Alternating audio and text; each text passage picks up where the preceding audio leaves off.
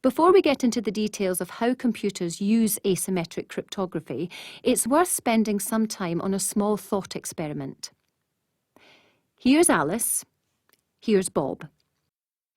Alice has a valuable document, and Bob has gone to his local locksmith and ordered a very large number of identical padlocks, as well as a single key which can open any of those padlocks.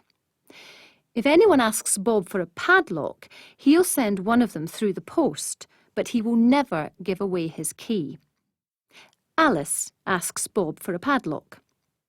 When she receives it, she places her valuable item into a box, closes it, then uses the padlock to lock the box. At this point, the contents of the box are secure behind the padlock, and Alice can't open the box because she doesn't have a key. It's perfectly safe for Alice to send the box through the post because no one who gets a hold of it can open it unless they have a key, and the only key is in Bob's possession. When Bob receives the box, all he needs to do is use his key to open the lock, open the box, and there's the original document that Alice wanted to send him. The boxes and padlock example should make asymmetric encryption easier to understand. The padlocks, which are given to anyone who wants one, represent the public key. The top secret key that can unlock the padlocks is the private key. We'll show the public key as a coloured key on a white background. The private key will be a white key on a coloured background. Two keys together are called a key pair, and these are normally held inside a computer on what's called a key chain.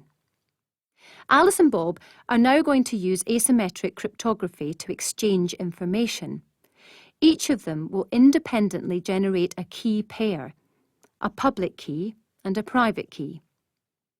The keys are generated using a whole combination of information, such as the user's name and their email address, but to ensure that they can't be created by someone else, the program usually asks you to input random information, such as typing away on a keyboard, measuring the amount of traffic passing over a network, or waggling the mouse for a while.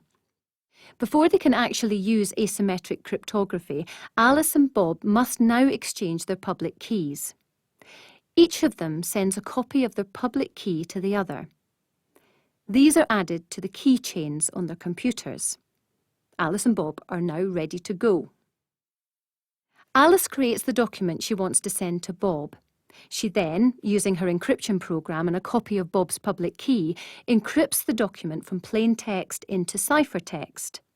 The only way it can be decrypted is using the private key held on Bob's computer. So Eve, or anyone else apart from Bob, can't get at this document no matter how hard they try, which means it's perfectly safe for Alice to send this document over the internet to Bob. Obviously, the ciphertext needs to be turned back into plain text. Bob also has a copy of the encryption software, so when he receives the ciphertext, the program uses his private key to decrypt the document. Again, this takes a few seconds, but then he's got plain text. Remember, he's the only person in the world with a copy of his private key, so he's the only one that can actually decrypt this document. When Bob wants to send a message to Alice, he uses his copy of her public key to encrypt the message. Alice uses her securely stored private key to perform the decryption. We've seen how asymmetric encryption is used in everyday practice. Now let's look at why it's secure. Remember, asymmetric cryptography uses two different keys, one to encrypt, another to decrypt. Bob will give his public key to anyone who asks for it, but he always keeps his private key safe and secure. Alice has encrypted a document using Bob's public key and sent it to him over the internet. However, it's been intercepted by Eve, who not only has a copy of the ciphertext, but also a copy of Bob's public key.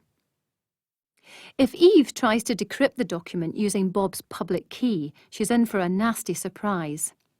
Eve loads the ciphertext into her encryption program and then uses her copy of the public key to try and decipher it. She ends up with rubbish. Remember, the document was encrypted with Bob's public key. It can only be decrypted with Bob's private key, and that's safe and secure on his computer. No matter how hard Eve tries, she cannot decrypt this document using the public key. She'll either have to steal Bob's private key, which is hopefully very secure, or she'll have to use brute force, which could take billions of years to find the correct key. The document is very, very secure.